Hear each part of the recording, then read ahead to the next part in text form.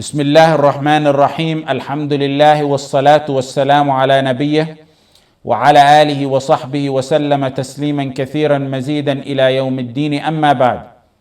We spoke about many spiritual aspects of Ramadan and we'll continue to do so inshallah ta'ala. However, just as Ramadan was the month of worship, it was also the month of some of the greatest Islamic victories. And some very important historical events occurred in Ramadan. The victory of Badr, the one that's called in the Quran the criterion, the mark between the truth and the evil, يوم الفرقان يوم التقى الجمعان, the battle that Allah honored Islam with, took place in Ramadan. The conquest of all conquests, إِنَّا فَتَحْنَا لَكَ فَتْحًا مُبِينًا, took place in Ramadan, the entry to Mecca. The battle of Ain Jalut and many other historical events took place in Ramadan. And one of the greatest Islamic victories after the Prophet Muhammad sallallahu alaihi wasallam and the Sahaba was a great victory that took place in Ramadan 92 years after the Hijrah. The great victory that many Muslims don't know about, especially the young youth growing up now. And the others, many of the others who do know about it don't take pride in it. The roots of it was during Uthman ibn Affan's time. He attempted to conquer Constantinople, but he wasn't able to. In Al-Tabari, in Ibn Kathir, in Al-Humyari says, historians that wrote, they said when Uthman wasn't able to enter Constantinople, which is Constantinople, he gave advice as to how it would be open. He says it needs to be open through the waters. You can only get there through the waters. That was the goal of many Muslim leaders, and it was an honor for them to go and conquer Constantinople. Uthman ibn Affan radiallahu anh said, whoever conquers Constantinople, Spain, Andalus, will be a partner in reward for whoever conquers Constantinople. Why? Why did he say that? Because it's the path to Constantinople. When the Muslims reached North Africa by Maghrib, Morocco, there was a governor there in North Africa called Musa ibn Nusayr. He was born during the time of Umar ibn Khattab radiallahu anhu. One of the greatest Islamic heroes. He wanted to expand, and there was two directions they could go: desert, or they could go through to Andalus. And they chose Andalus because they want to liberate people and deal with people. Muslims deal with people, not with sand. So he wanted to conquer Andalus, but he faced many obstacles and difficulties. First of all, the water. There's 13 kilometers they got to cross in water before they get to Andalus, him and his army, and they didn't have ships. He was also facing the obstacle of crusaders on islands behind them. Before he gets to the main enemy, they got little islands behind them where he feared they may attack him from the back if he reached Andalus. He also didn't have enough Muslim soldiers to face the massive crusader army. And also, he had no idea about the geographic details in Andalus. But he was determined. And those obstacles and more only made him even more determined. And that's when he began to build ships. He learned that from Muawiyah ibn Abi Sufyan radiallahu anh, because he lived around Muawiyah and he's seen how they built ships around him. His father was a close friend of Muawiyah ibn Abi Sufyan radiallahu anh. He began to build the ships 88 years after the Hijrah, which would be about 706 in the Western calendar. But if you look at Musa ibn Nusayr, his biggest accomplishment in preparing was teaching Muslims Islam, especially the new reverts. Don't minimize the structured teaching of Islam. That's the path to victory. Without it, many get moved by emotions, and he could have done so. If you look at Nuruddin, in the category of Nuruddin, they prepared men through knowledge and halaqat. Many don't know those people. Salah ad-Din didn't just wake up one day and take an army and go and fight the crusaders. There was a lot of work done behind the scenes that many don't know about, of teaching Islam, Quran, Hadith, Fiqh, Usul, everything, Tajweed. Musa ibn Nusayr established intensive Islamic study. What would you call courses today? To teach the non-Arab, the Barbar Amazigh. He wanted to teach them. He wanted Islam fully rooted in their hearts. The Barbar Amazigh are among the most difficult people to deal with. And they're very difficult, more difficult to change. But by the will of Allah and the strategy of these halaqat, they changed. In fact, you see the effect of that change generations after that. When the French occupied Algeria for 130 years, they tried to get them away from their religion in every possible way they could. But during that time, and after that time, they were more firm and enthusiastic and loyal to Islam than they were before the occupation. Musa ibn Nusayr taught the Amazigh Islam, Aqidah, Tawheed, Fiqh, through structured curriculum. It was very easy for Musa to give a couple of fiery khutbahs and move the masses by emotion, and they probably could have got victory like that. He could have inspired them and got victory like that. But what happens? Over time, emotions fade and evaporate and change. And you don't want men led solely by emotions. After the structure, the foundation, then yes, emotions. And that's the epidemic today. The Berber who were only 5 years ago, men who fought Islam, were now soldiers prepared to do one of the greatest conquests in the history of Islam. Musa ibn Nusayr chooses a general and another hero, Tariq ibn Ziyad, a man who died 102 years after the Hijrah. Tariq ibn Ziyad wasn't even an Arab. He was a Berber Amazigh. Musa ibn Nusayr put him over other Arab. Why? Because Musa knew and believed wholeheartedly this Arab and non-Arab issue doesn't work with him. Tribalism, nationalism, secularism, racism, that doesn't work. It's La ilaha illallah Muhammad Rasulullah. Inna akramakum indallahi atqakum. Not only was Tariq a non-Arab, but he was a revert. A revert. He embraced Islam on the hands of Musa ibn Nusayr. A revert. He was a revert. A revert raised by Musa ibn Nusayr. Over 15 years ago, I said that legends raise legends and cowards raise cowards. That's the general rule. There's some exceptions, but rules are based on exceptions. Today you see Western deluded sellouts raising their likes. Western deluded sellouts produce Western deluded sellouts. And that's an epidemic.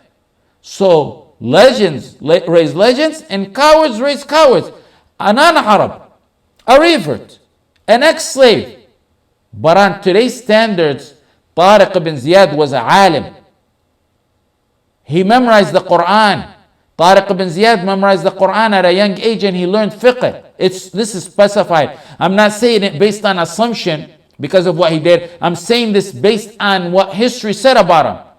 Tariq ibn Ziyad in Ramadan of 92 years after the Hijrah took an army of 12,000. Some say 18,000. I believe it's really 12,000. They crossed the waters, and as soon as they landed, he gave an eloquent long speech starting off, أيها الناس أين المفر البحر من ورائكم والعدو أمامكم وليس لكم الله إلا الصدق والصبر. Oh people, where are you going to flee to? The waters behind you, the oceans behind you, the enemies in front of you. All you have is to be truthful with Allah and be patient. Some of the more recent, not recent, but more recent books, history books say that he burned the ships in order to avoid that anyone flee and that so they'll be determined. But I believe that's exaggeration because I read the original books on Al-Andalus and what happened there, and the early first generation books who wrote about this, none of them state this fact. And it's such a huge fact, they mentioned more details than this. And this is not mentioned, so I assume it didn't happen. Tariq fought many battles, Ma'arakat Shodha, and then the final one was Bawadi, which was on the 28th Ramadan of 92 years after the Hijrah. And 9,000 of his troops were Berber Amazigh, and the rest were Arab. 3,000 Muwahideen generously irrigated the precious lands of Al-Andalus with their blood. In the middle, Tariq had covenants with them. And there wasn't a single covenant or promise that he did, even with those he was fighting, that he breached. In fact, the Crusaders were forcing Jews living under their rule at the age of 7 to turn to Christianity. And they were confiscating their property. So he was to the Jews a hero, a liberator. If the ignorant knew the justice of Islam and Allah's rule on this earth, they would be the first to call for it. You'd even be more amazed at how Muslims treated the Jews at the downfall 800 years after this country was taken away. They went to extreme measures to preserve the life of the Jews who were under the Muslim rule, Ahl al-Dhimma. Compare that when they got the upper hand. When Muslims went to the lands, they went to liberate them from oppression because Muslims are in charge of mankind. Allah put Muslims in charge of mankind. كنتم خير أمة أخرجت للناس. Never did they force anyone to say La ilaha illallah. Never. How dare anyone force anyone, a Muslim, force anyone to say La ilaha illallah when we believe as a principle of Islam his La ilaha illallah is not accepted. Anyone who's forced or even coerced or pressured, his La ilaha illallah is not accepted. La ikraha fi din. Many proofs on that. Let me tell you who really forced others to embrace another religion. When a country imposes on another country to change their Islamic curriculum, to take stuff out of their curriculum in the name of getting along with others, in the name of democracy, those who spend billions to spread interfaith, a religion, a whole interfaith is the religion, is the kufr religion, to embrace interfaith, that's who's forcing people to embrace another religion. Many battles continued after 92 years after Hijrah. In 93 after Hijrah, it was Ubur Tali'at Musa. In 94 years after the Hijrah, Marda, Fath Marda. These were in Ramadan too, in 93, 94. Tariq ibn Ziyad and Musa ibn Usayr were ordered at a point to stop their advance because the deputy Khalifa at the time, Sulaiman ibn Abdul Malik, the Khalifa back then was Al-Walid ibn Abdul Malik. He was on his deathbed. Sulaiman ibn Abdul Malik wanted them to slow their pace down so the leader, the Khalifa, can die and the conquest will be attributed to his name. But Musa ibn Nusayr and Tariq ibn Ziyad kept advancing. They didn't listen to him. When Sulaiman was finally the Khalifa, he harmed both of them very badly. He harmed and oppressed Musa ibn Nusayr and Tariq ibn Ziyad very badly. They say that Musa ibn Nusayr made up with him later on. And in fact, he took Musa ibn Nusayr to Hajj. But Tariq ibn Ziyad lived a lonely life after the conquest. He returned to Syria, to Damascus. And he lived lonely and secluded, away from the spotlight, away from politics, away from everything. What melts the heart is he lived not only a lonely life, but some more books that I read and said that he was found dead in front of a masjid alone. And prior to that, he was spotted begging. They left him alone. Even though Tariq ibn Ziyad was worthy of being the governor on Andalus. Just like Amr ibn al-As was the governor on Egypt. Amr ibn al-As conquered Egypt, he was the governor there. He was worthy of being the governor in Andalus. But he was a man sincere with Allah. He didn't care about the spotlight. He turned and went on his own and died a lone life. But the world changed after the conquest of Andalus. The world.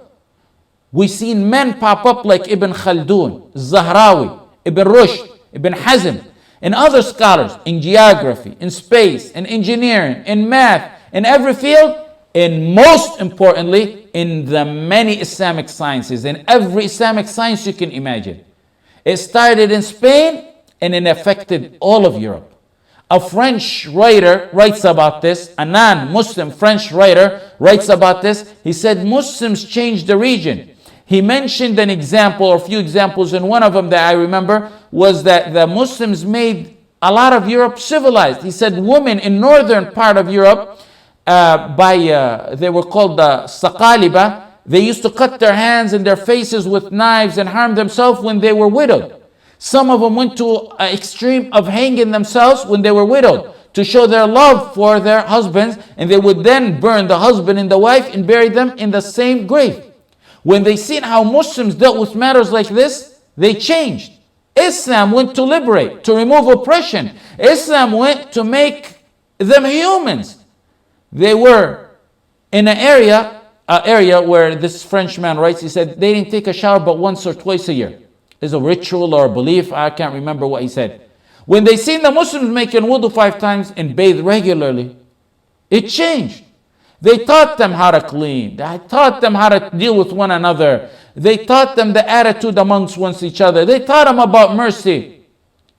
It's amazing to read that Muslims installed streetlights back then. It's amazing to read that Muslims decorated the avenues, the main avenues of Andalus with flowers and trees. It came to a peak with Abdurrahman al-Nasir, the leader, Abdurrahman al-Nasir, when he took leadership. And he became very popular and very strong. And he had effect on everyone. In fact, in 1961, the non-Muslims, on the 1000th anniversary of his death, celebrated his achievements and accomplishments that overwhelmed the whole region in honor and respect to him. And many Muslims wouldn't even know who this guy is. What's sad is that our bright ummah's legacy has been forgotten. And that brings about a defeatist mentality, surrenderous cowards. In Qurtuba, there was a library, the biggest in the world. The biggest in the world. It had 500,000 books in it. They didn't have copy machines and printers back then. 500,000 books in a library, the biggest of its time. If there was a library bigger than that, it would have been the one in Iraq, the one also owned by Muslims, under the rule of Muslims, in Baghdad in Iraq, the one that the Tatar took the books and poured them in the ocean of Dijla, to the point that it changed the color of Dijla. There was also Dar al-Hikmah in Al-Qahira, another huge library. Those were the only three major ones back then, but the one in Qahira died in history. When they entered Andalus, the Crusaders, one of the first things they did is burn the books. A bishop named Qambis, with his hatred to Islam, when they conquered Andalus, took 80,000 books to the public square of Qurtuba and burnt them all in one day. Then in 646 after the Hijrah, they burned the rest of the books for the Muslims. Why? Because they knew affirmatively, they knew that this is what uplifts this ummah. Knowledge. And mainly, we're talking about the knowledge of the Sharia and the sciences of Islam. As long as they have this knowledge, this ummah will remain strong. They wanted to, or thought they can take the ummah away from this knowledge, away from its roots, by burning their books. But little did they know, the outline for the ummah is in our hearts, in our breast, and that they can never get to. It's not on ink and paper, it's in our hearts. As time went by, the Muslims began to go astray. They went astray from the teachings that Allah gave him victory for. From competing over memorizing the Quran and Bukhari and Muslim, and competing over knowledge, it was now competing over girls. From filling the houses of Allah and the halaqat, to now spider webs on the house of Allah and the halaqat, and clubs being livened up. There was a generation now that had a deficiency in tawheed and wala and bara, in fiqh, and Islamic sciences, which divided the Islamic ummah in Andalus to 22 kings. Just like the Muslim world today. I think today is 22. The same thing. They had 22 kings back then. One of the leaders, Ibn al-Ahmar, he was a king in Andalus. He brought non-Muslims to fight his opponent, his Muslim brother in Islam, called Ibn Hud. Ibn Hud, in return, gave those non-Muslims 30 of his strongholds to side with him against Ibn al-Ahmar. The final king of Spain, Abu Abdullah Saghir. He once blocked a Muslim army that was heading to the territory of Malqa to have Muslims there that were besieged by the Crusaders. When the Crusaders defeated the Muslims, because he blocked the army going to help the Muslims, they changed a masjid into a church. Abu Abdullah Saghir sent them a letter congratulating them on the victory. He thought he was scoring points with them. They promised him. He thought they were going to keep him in power. He thought that's how victory and honor is achieved. فَتَرَى الَّذِينَ فِي قُلُوبِهِمْ مَرَضٌ يُسَارِعُونَ فِيهِمْ. That's the disease of the hearts. He sought victory by putting his faith in the hands of the enemy over his brothers. He did get temporary victory. Temporary.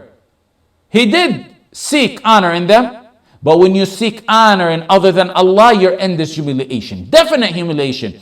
Right after they used him and they made him think he's going to remain in power, they turned on him and took over his territory. Abu Abdullah Saghir, the last king in Spain, surrendered the final stronghold in Gharnata. He gave it to the Crusaders. Then he walked in on his mother crying, and his mother told him the famous quote, ابكي مثل النساء ملكا لم تحافظ عليه مثل الرجال. Cry on a kingdom you didn't save like a man. The famous poet wrote about this. Andalus is occupied territory just like Palestine is occupied territory. Abu al-Baqa al-Randi, the famous poet from Andalus, he spoke in a long poem about Andalus and how it was and the knowledge there and the beauty of it, how the whole world, the non-Muslims, used to go there to learn, and how the massacre of the Crusader was, and how the traitors of the Ummah was, and how Muslims neglected each other, how the young beautiful girls were raped by the Crusaders. And then finally, he says at the end of it, at the end of the poem, he says, لمثل هذا يذوب القلب من كمد إن كان في القلب إسلام وإيمان. To like this and like this, a heart melts if there's any Islam and Iman in heart. That which Allah gave them victory in 92 years after the Hijrah, that which Allah gave them victory with, which is they're holding and clinging on the rope of Allah, that which Allah gave them victory with, they were defeated when they left it in the month of Ramadan as well. وصلى الله على سيدنا محمد وعلى آله وصحبه وسلم.